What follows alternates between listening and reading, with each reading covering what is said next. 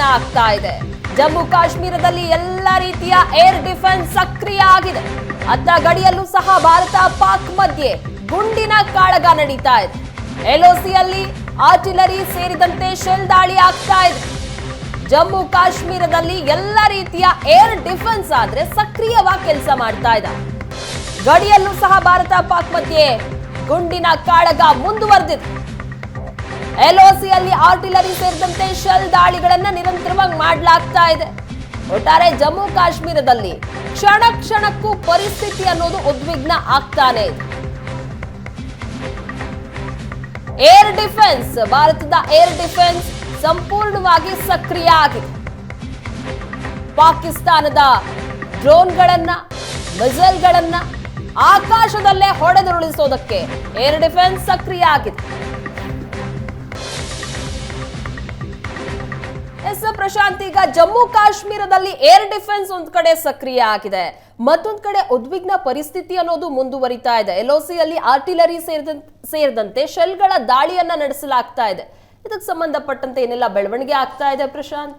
ಪ್ರಗತಿ, ಮೊದಲನೇ ದಿನದಿಂದಲೇ ಯಾವಾಗ operation Pahalgam attack ಆದ ನಂತರವೇ ಶೆಲ್ ದಾಳಿಗಳು ಆರಂಭಗೊಂಡಿದ್ವು. ಆದರೆ ಯಾವಾಗ ಭಾರತ ಆಪರೇಷನ್ ಸಿಂಧೂರನ್ನು ಆರಂಭಿಸ್ತೋ ಅವತ್ತಿನಿಂದಲೇ ಪಾಕಿಸ್ತಾನದ ಕಡೆಯಿಂದ ಶೆಲ್ ದಾಳಿಗಳು, ಮೋರ್ಟರ್ ದಾಳಿಗಳು ಅಂತಾರಾಷ್ಟ್ರೀಯ ಗಡಿ ರೇಖೆಗುಂಟ ಶುರುವಾಗಿದ್ವು. ಆದರೆ ನಿನ್ನೆ ತಡರಾತ್ರಿ ಪಾಕಿಸ್ತಾನ ನಡೆಸಿರ್ತಕ್ಕಂಥ ದಾಳಿಗಳ ಸ್ಪೆಸಿಫಿಕ್ ಲೊಕೇಶನ್ಸ್ಗಳು ಆರ್ಮಿ ಸೋರ್ಸಸ್ನಿಂದ ಬರ್ತಾ ಇವೆ. ಬಾರಾಮುಲ್ಲಾ, ಶ್ರೀನಗರ್, ಆವಂತಿಪುರ್, ನಗರೋಟಾ, ಜಮ್ಮು, ಫಿರೋಜ್ಪುರ್, ಪಠಾಣ್ಕೋಟ್, ಫಾಜಿಲ್ಕಾ, ಲಾಲ್ಗಢ್, ಜಟ್ಟಾ, ಜೈಸಲ್ಮೇರ್ ರಾಜಸ್ಥಾನದಲ್ಲಿದೆ, ಬಾಡ್ಮೇಡ್ ರಾಜಸ್ಥಾನದಲ್ಲಿದೆ, ಭುಜ್ ಗುಜರಾತ್ನಲ್ಲಿದೆ, ಕುರ್ಬೇಟ್ ಮತ್ತು ಲಾಖಿನಾಲಾ ಇವು ಗುಜರಾತ್ನಲ್ಲಿವೆ.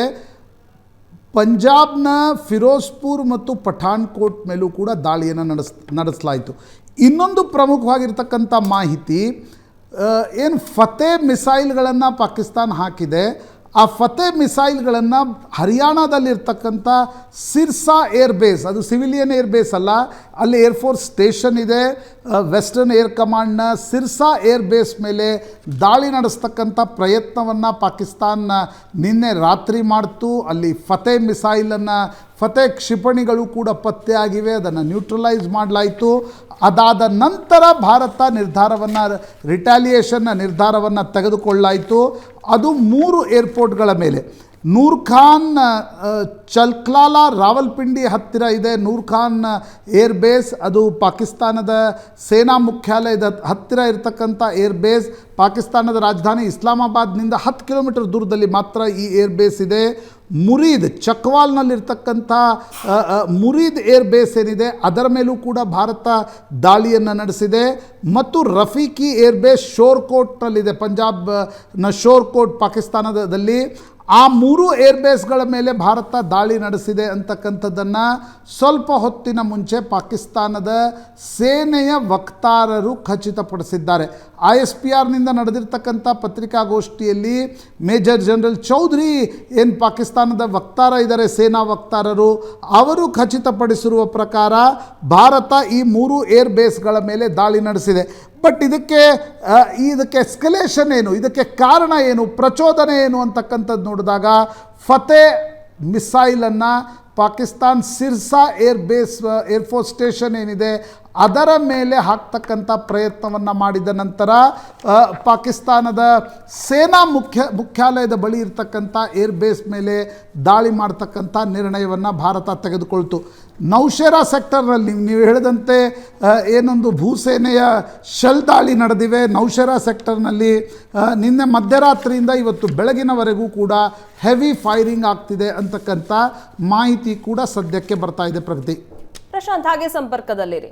ಇನ್ನು 3 ಸೇನಾ ನೆಲೆ ಮೇಲೆ ಭಾರತದಿಂದ ದಾಳಿಯಾಗಿದೆ. ಅದು ಪಾಕಿಸ್ತಾನ ನಡೆಸಿದಂಥ ದಾಳಿಗೆ ಪ್ರತ್ಯುತ್ತರ. ಈ ರೀತಿಯಾಗಿ 1 ಪೆಟ್ಟು ಕೊಟ್ರೆ ಪಾಕಿಸ್ತಾನ, ನಾವು ದೊಡ್ಡದಾಗಿ 2 ಪೆಟ್ಟು ಕೊಡೋದಕ್ಕೆ ರೆಡಿ ಇದ್ದೀವಿ ಅಂತ ಪದೇ ಪದೇ ಭಾರತ ಹೇಳ್ತಾ ಇದೆ. ಅದರಲ್ಲೂ ಏರ್ ಡಿಫೆನ್ಸ್ಗಳಿದಾವಲ್ಲ, ಅವುಗಳ ಕಾರ್ಯವನ್ನ ಇಲ್ಲಿ ಮೆಚ್ಚಲೇಬೇಕಾದಂಥದ್ದು. ಪಾಕ್ ಶೆಲ್ ದಾಳಿಗೆ ಕಾಶ್ಮೀರ ಅಧಿಕಾರಿ ದುರ್ಮರಣಕ್ಕೀಡಾಗಿದ್ದಾರೆ. ರಜೌರಿ ಅಡಿಷನಲ್ ಡಿಜಿಪಿ ರಾಜ್ಕುಮಾರ್ ಕಾಪಾ ಬಲಿಯಾಗಿದ್ದಾರೆ. ನಿನ್ನೆ ಇಡೀ ದಿನ ಸಿಎಂ ಒಮರ್ ಜೊತೆಗೆ ಇದ್ರು ಈ ಅಧಿಕಾರಿ. ಸಾವಾಗಿದೆ ಅನ್ನುವಂತಹ ಮಾಹಿತಿ ಸಿಗ್ತಾ ಇದೆ. ಪಾಕ್ನ ಶೆಲ್ ದಾಳಿಯಲ್ಲಿ ಕಾಶ್ಮೀರದ ಅಧಿಕಾರಿ ದುರ್ಮರಣಕ್ಕೀಡಾಗಿದ್ದಾರೆ. ರಜೌರಿ ಅಡಿಷನಲ್ ಡಿಜಿಪಿ ರಾಜ್ಕುಮಾರ್ ತಾಪ ದುರ್ಮರಣಕ್ಕೀಡಾಗಿದ್ದಾರೆ. ನಿನ್ನೆ ಇಡೀ ದಿನ ಸಿಎಂ ಒಮರ್ ಅವರ ಜೊತೆಯಲ್ಲೇ ಈ ಅಧಿಕಾರಿ ಇದ್ರು. ಎಲ್ಲ ಬೆಳವಣಿಗೆಗಳ ಬಗ್ಗೆ ಸಿಎಂ ಅವರ ಜೊತೆಯಲ್ಲಿ ಚರ್ಚೆಗಳು ಮಾತುಕತೆಯನ್ನ ಸಹ ನಡೆಸಿದ್ದಾರೆ ನಿನ್ನೆ ಇಡೀ ದಿನ. ಆದ್ರೆ ಪಾಕ್ನ ಶೆಲ್ ದಾಳಿಗೆ ಈಗ ದುರ್ಮರಣಕ್ಕೀಡಾಗಿದ್ದಾರೆ ರಜೌರಿ ಅಡಿಷನಲ್ ಡಿಜಿಪಿ ರಾಜ್ಕುಮಾರ್ ತಾಪ ಅನ್ನುವಂತಹ ಮಾಹಿತಿ ಸಿಗ್ತಾ ಇದೆ.